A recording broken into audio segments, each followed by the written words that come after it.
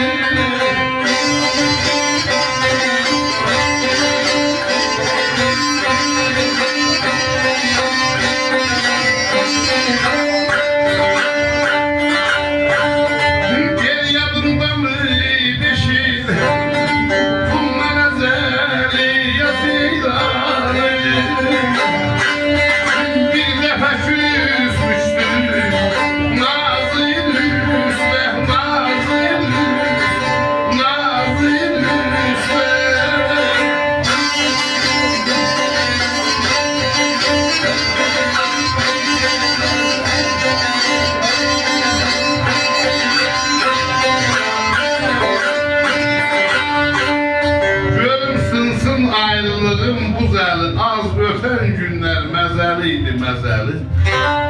Yadımda bu 5 il bundan əzəli bir dəfə küsmüşdüm nazıyın üstə. Ulan usta bir mən idim bir də sən, bizi qovuşturdu o şehri çəmən. Bir busa istədim, gülümsədin sən, sağalını qoydun gözlüyün üstə. Ulan usta oda düştük alıştık. Saatlerle birbirimize sarıştık. Biz ki ilgar verdi yazalım, biz ki barıştık. Bəs niye durmadın sözlüğün üstə?